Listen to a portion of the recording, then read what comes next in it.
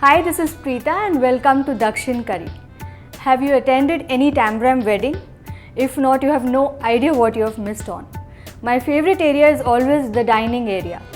Today I am going to share with you a very easy to make potato Kara Kari recipe which features on the banana leaf. To know more about it, stay tuned.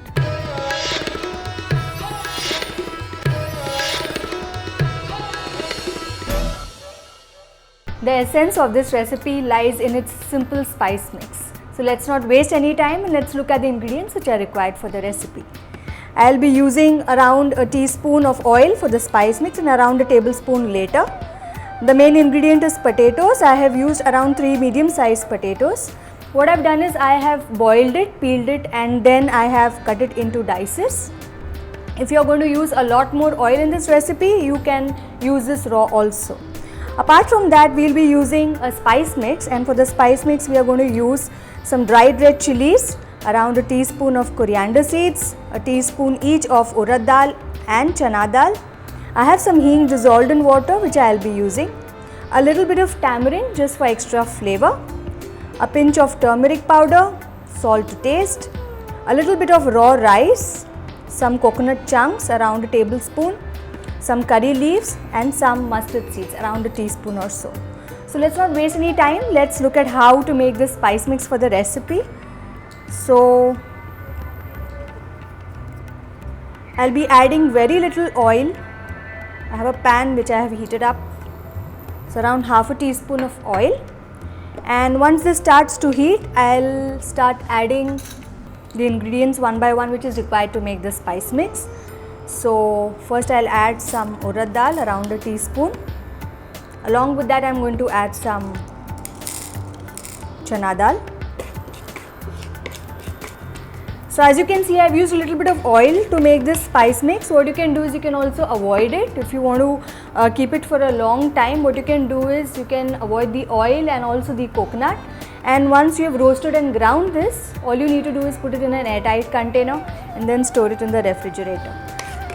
This stays well for say around a week or so, even if you have added coconut. As you can see that this will start to brown quickly.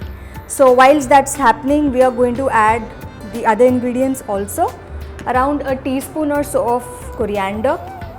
I like the flavor of coriander, so I'm going to add a little more of it, but all that needs to be added is around a teaspoon.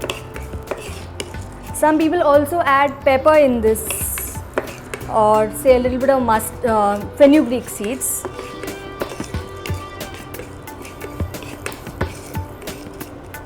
Now that's again a variation. I'll also be adding the red chillies. I have around 5 to 6 dried red chillies that I have added in this, which I am now going to mix.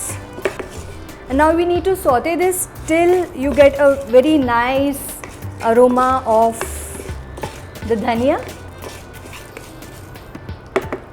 Now what you can also do is you can add whole hing, that is khada hing, which is also called kati pangayam in Tamil, in this if you are going to make the powder. If not, you can also add it later while making the vegetable. Now I am going to use it while making the vegetable, so I have not added it here.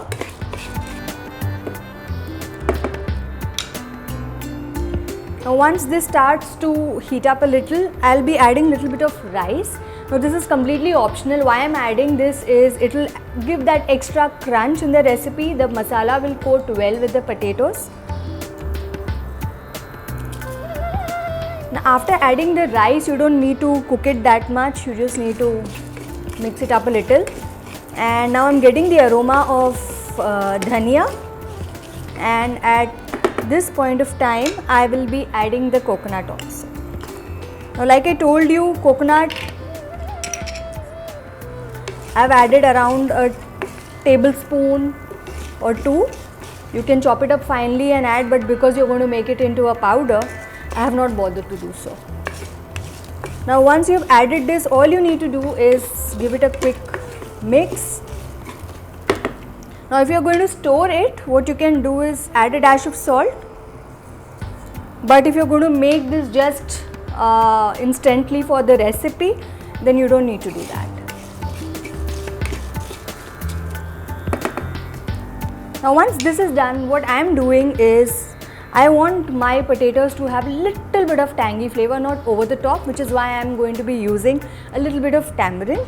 Now because this is a very dry vegetable, I am not going to soak it in water and use it. I am going to just add it whole, just a little bit. This will get ground and it will get uniformly mixed when you are making the vegetable. So our spice mix is ready. What I am going to do is I am going to shut off the flame. I am going to allow it to cool down to room temperature, after which I am going to grind it into a powder. So my grinding is done. Now let's have a look at how the powder looks. So like I have told you before that I am going to coarsely grind it. I like some shades of red and white being coated to the potatoes evenly. That's why I have coarsely ground it, and that what gives that added crunch also to the recipe. So let's finish the recipe. Now again I have a pan and I will be adding oil, around a tablespoon or so, and I'll allow it to heat. And once it's hot enough, I'll be adding mustard seeds, around a teaspoon or so, and I'll allow it to crackle. And once your mustard seed crackles, we will just toss in the rest of the ingredients. It's a very quick recipe. And so the mustards have crackled. Let's add curry leaves, a generous amount of curry leaves. Just love this sound. At this point of time, I'm going to add turmeric, around half a teaspoon, a little bit of hing water. If you don't have this hing, you can also use powdered hing. In that case, all you need to do is add around half a teaspoon of hing. And I'm going to add the potatoes. Like I told you, if you're going to be generous with the oil content in your recipe, then you can add your raw potatoes. I just boil the potatoes because then saves on my cooking time. And also I get the happy feeling that I have not used too much of oil. I mean, this is such a good way of using carbohydrates in your diet. And what a versatile ingredient. You want to bake it, you want to fry it, you want to mash it. It's comfort food for me. Now at this stage, you can see that the potatoes are well mixed with the turmeric. So now at this point, I'll be adding the spice mix. Now like I told you, this will do well for one portion. So I'll be using around 3 teaspoons or 4 teaspoons and a little bit of salt. Like I told you, I've already added a little bit of salt in the powder, so just be careful while adding the salt. Wow, these potatoes look so good. I mean, just look at them. Don't they look as if they are like probably deep fried to you? And we haven't used that much oil. This can be served with steamed rice and say kadhi or more kombu, which is very subtle on its flavors, and this is spicy, so it's really a marriage of flavors when you have all the three together. And as you can see, our recipe is ready. Now as you can see, a potato Kara Kari is ready to eat. Do you really feel the need to attend a Tambhram wedding now? No, I don't think so. I'm sure you will make it at home and you're going to enjoy it. Do not forget to subscribe to India Food Network, and until next time, it's Preetha signing off. Bye.